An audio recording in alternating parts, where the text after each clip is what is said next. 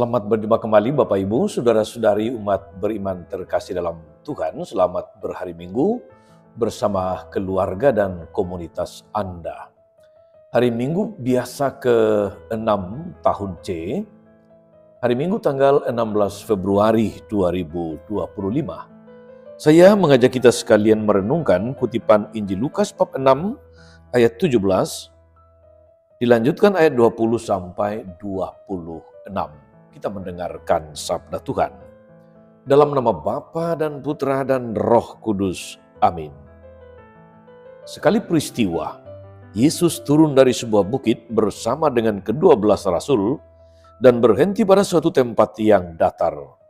Di situ berkumpul sejumlah besar murid-muridnya dan banyak orang lain yang datang dari seluruh Yudea dan dari Yerusalem, dan dari daerah pantai Tirus dan Sidon. Lalu Yesus memandang murid-muridnya dan berkata, "Berbahagialah hai kamu yang miskin, karena kamulah yang empunya kerajaan Allah. Berbahagialah hai kamu yang kini lapar, karena kamu akan dipuaskan. Berbahagialah hai kamu yang kini menangis, karena kamu akan tertawa. Berbahagialah kamu jika demi Anak Manusia kamu dibenci, dikucilkan, dan dicela serta ditolak. Bersukacita dan bergembiralah pada waktu itu, sebab sesungguhnya besarlah ganjaranmu di sorga. Karena secara itu pula nenek moyang mereka telah memperlakukan para nabi. Tetapi celakalah kamu hai orang kaya, karena dalam kekayaanmu kamu telah memperoleh penghiburan. Celakalah kamu yang kini kenyang, karena kamu akan lapar. Celakalah kamu yang kini tertawa, karena kamu akan berduka cita dan menangis. Celakalah kamu jika semua orang memuji kamu, karena secara itu pula nenek moyang mereka telah memperlakukan nabi-nabi palsu." Demikianlah sabda Tuhan. Bapak Ibu, Saudara-saudari umat beriman terkasih dalam Tuhan kita Yesus Kristus, kita mendengarkan sabda bahagia yang merupakan salah satu pokok dari khotbah di bukit. Sabda bahagia ini, saudara-saudari, begitu menarik perhatian dari seorang tokoh dunia, yaitu Mahatma Gandhi. Dia sangat tertarik, dia sangat terkesan, dan karena itu kemudian dia datang ke gereja. Tetapi dia menemukan sesuatu yang justru membuatnya kemudian memutuskan untuk tidak menjadi bagian dari gereja, tidak menjadi pengikut Kristus. Itu yang mau kita renungkan dalam renungan harian Katolik hari Minggu ini, saudara-saudari, tentang sabda bahagia. Saudara-saudara umat beriman terkasih yang berbahagia karena menjadi pengikut Kristus.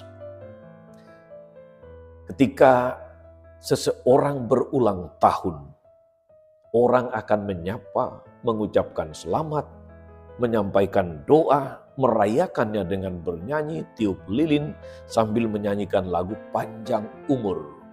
Dan di bagian lagu itu ada satu kata terakhir, panjang umur dan bahagia selalu.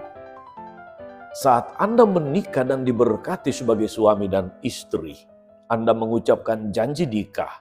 Di sana ada harapan supaya menjadi pasangan suami istri yang berbahagia. Tapi seperti apakah kebahagiaan yang Anda impikan itu? Apakah kebahagiaan itu ibarat hidup tanpa tantangan, hidup tanpa masalah, hidup tanpa penderitaan, hidup tanpa pergumulan, hidup tanpa masalah? Ingat saudara-saudari, kita ini bukanlah pegadaian yang tagline-nya adalah menyelesaikan masalah tanpa masalah. Apakah kebahagiaan itu semacam hidup tanpa sakit atau penyakit? Hidup yang serba tenang dan senang? Saudara umat beriman terkasih dalam Tuhan, ada sebuah koperasi kredit union di tempat saya di Pulau Sumba. yang mempunyai tagline yang menarik. Mudah menabung, tua bahagia. Apakah menabung menjadi kunci kebahagiaan di masa tua? Walau alam. Tetapi sebagai sebuah jargon atau tagline, itu tentu akan memantik semangat orang untuk menabung. Yang jelas saudara-saudari bahwa para leluhur kita telah mewariskan sebuah, katakanlah itu semacam kearifan lokal dalam bentuk pepatah. Berakit-rakit ke hulu, berenang-renang ke tepian. Bersakit-sakit dahulu, bersenang-senang kemudian. Artinya saudari-saudara, kesenangan atau lebih dalam lagi, kebahagiaan merupakan puncak pencapaian proses perjalanan panjang yang melewati berbagai macam rintangan, berbagai macam tantangan, berbagai macam kesulitan atau halangan. Tapi itu semua tidak membuat Anda menyerah, tetapi terus berjalan. Dan pada puncaknya Anda akan berbahagia. Apalagi saudara-saudari, kalau seluruh proses perjalanan itu Anda hayati dalam kerangka penyelenggaraan Tuhan, kebahagiaan Anda akan bertahan sampai akhirat.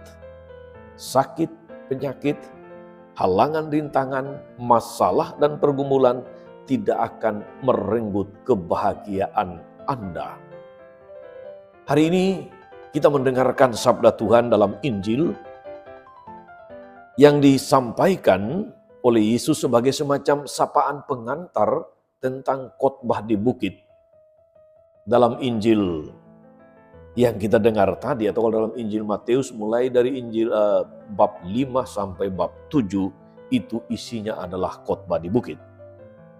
Sejalan dengan misi pembaharuannya, sapaan awal Yesus ini menggunakan standar yang baru, standar yang berbeda. Berbahagialah orang yang miskin di hadapan Allah, berbahagialah orang yang berduka, berbahagialah orang yang lemah lembut, berbahagialah orang yang lapar dan haus akan kebenaran, berbahagialah yang murah hati, yang membawa damai, yang dianiaya karena kebenaran. Inilah standar baru. Sapaan awal untuk menggambarkan warna perutusan Yesus itu. Dengan ukuran baru ini Yesus mengajak para pendengarnya, mengajak kita semua juga, para pengikutnya untuk berubah.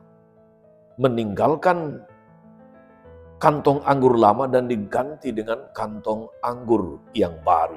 Orang harus membebaskan diri dari belenggu kemapanan sosial, belenggu kemapanan agama, kreatif menanggapi seruan Tuhan, dan membangun hidup secara baru, penuh penghargaan terhadap Tuhan dan martabat manusia.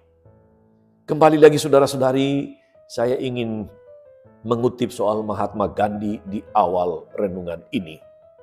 Dia begitu terinspirasi dengan sabda bahagia ini, khotbah di bukit. Bahkan dia mengatakan kira-kira demikian. Kata Mahatma Gandhi, ini adalah sabda seorang suci yang pernah ada.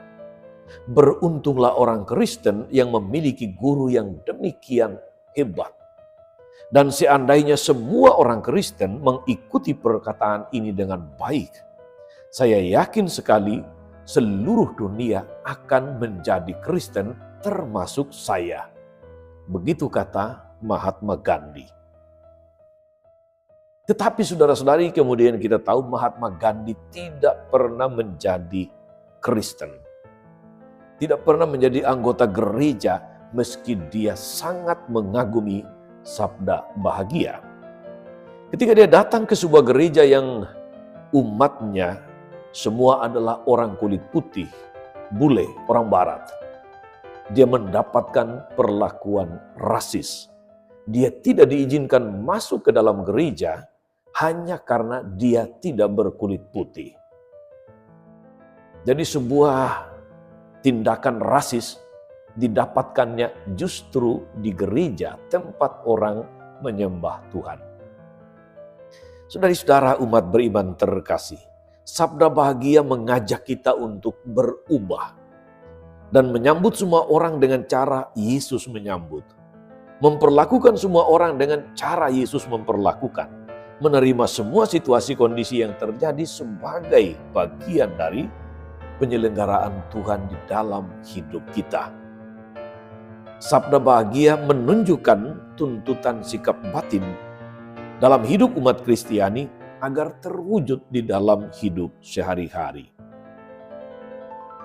Nabi Sefanya memberikan pedoman agar umat dapat mengembangkan karakter yang baik, yaitu kejujuran, kerendahan hati, sikap apa adanya di hadapan Tuhan. Dan dengan cara itu, Anda layak berbahagia.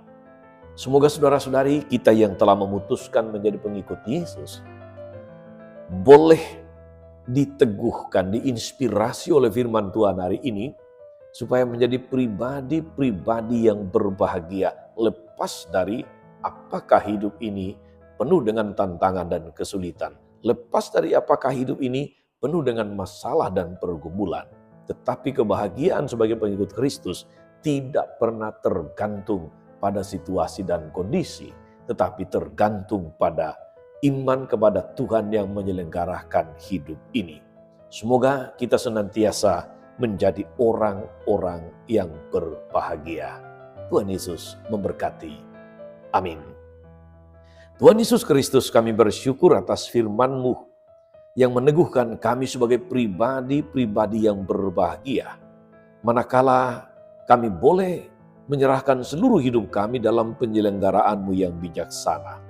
Manakala kami tetap berbahagia meskipun hidup bukan tanpa masalah, meskipun hidup penuh pergumulan, meskipun hidup penuh dengan tantangan dan kesulitan, namun kami tetap berbahagia. Karena dalam segala situasi dan kondisi, Engkau setia menyertai kami sampai akhir zaman. Terpujilah nama-Mu Tuhan sepanjang segala masa.